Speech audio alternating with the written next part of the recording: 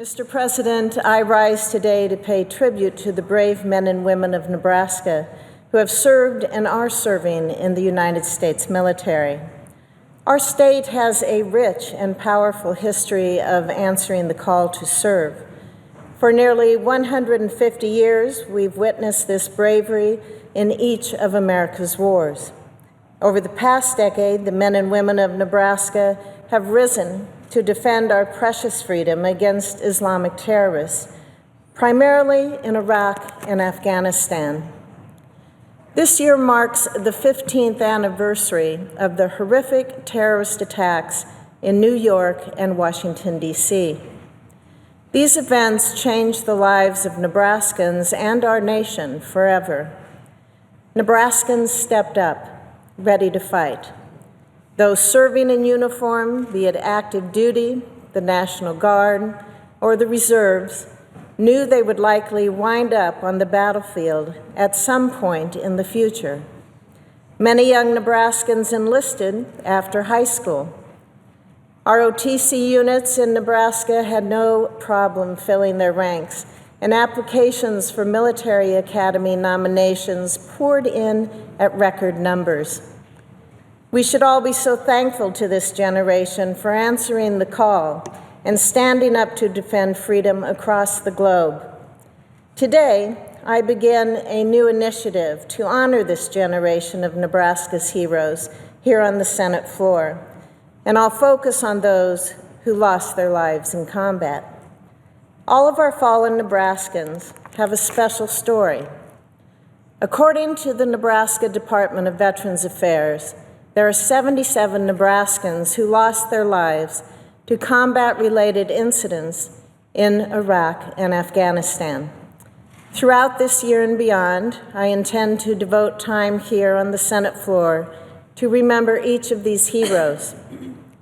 Telling their stories keeps their service and their sacrifice alive in our hearts, while reminding us of the principles that they fought and died for.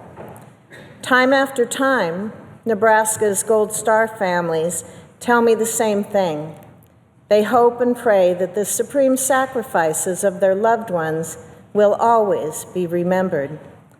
It is my hope that these presentations will allow us to pause and reflect on these brave Nebraskans. The freedoms that they secured are personified by the courage that they embodied. Today, I would like to begin with Specialist Josh Ford of Pender, Nebraska. Joshua A. Ford was killed in Iraq on July 31st, 2006. His parents, relatives, and high school classmates look back lovingly on the boy who quickly grew to be a courageous soldier. As a young teenager, Josh was described as a couch potato who liked video games, painting, and watching horror movies. But deep inside, there grew a strong desire to serve his country in military uniform. He joined the Nebraska Army National Guard between his junior and senior year at Pender High School in 2003. That same year, he began basic training at Fort Jackson. He was just 17 years old, and it was a tough transition. His dad, Lonnie, remembers Josh talking about being placed in Fat Man's Camp at Fort Jackson. Josh was overweight by 35 pounds at the time. Lonnie and his wife, Linda, along with classmates and friends, noticed how dramatically Josh had changed when he returned from basic training. A year later, after graduating from Pender High School, Josh attended the Army's Heavy Vehicle Driver School at Fort Leonard Wood. He was assigned to the 189th Transportation Company Detachment No. 1 in Wayne, Nebraska. A senior sergeant remembers that Josh grew up from a kid to a soldier almost overnight.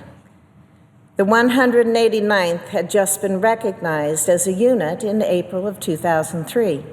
2 years later, the 189th received orders to deploy to Iraq.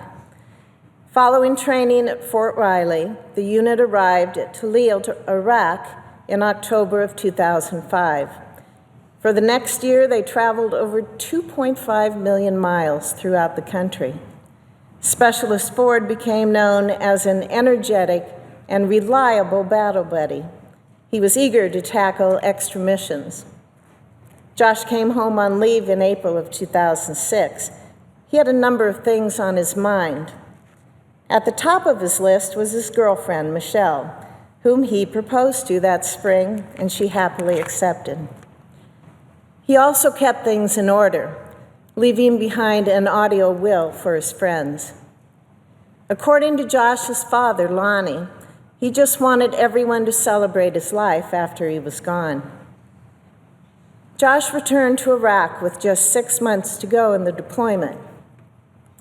In the early evening of July 31st, 2006, the heat was unbearable, but typical for a summer day in Iraq.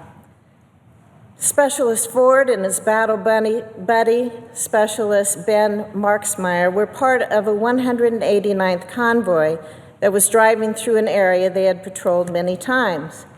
Out of nowhere, an IED blast obliterated their vehicle. Unit members reached their truck immediately. Specialist Marksmeyer was seriously injured, but Specialist Ford died at the scene. Lonnie, Josh's dad, will never forget the day he heard the knock at the door. 3 members of the Nebraska Army National Guard had arrived at his home in Pender, and he knew before he opened the door why they had come. The next day, Lonnie and his wife, Linda, traveled over 250 miles to tell Josh's grandmother and his 3 sisters of his death.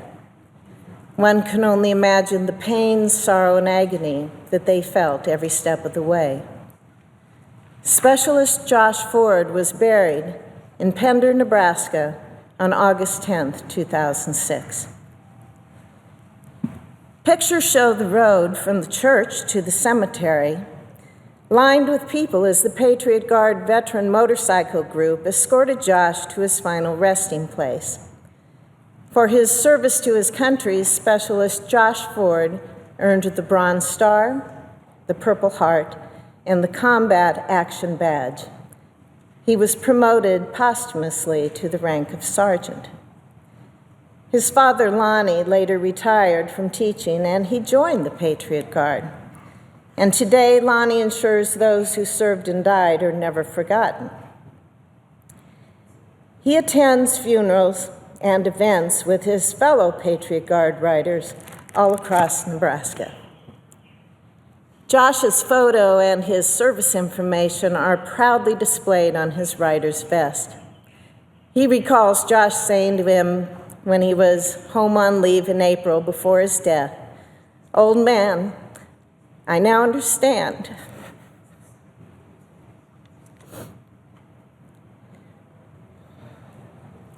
Old man, I now understand why you were so tough on me when I was growing up.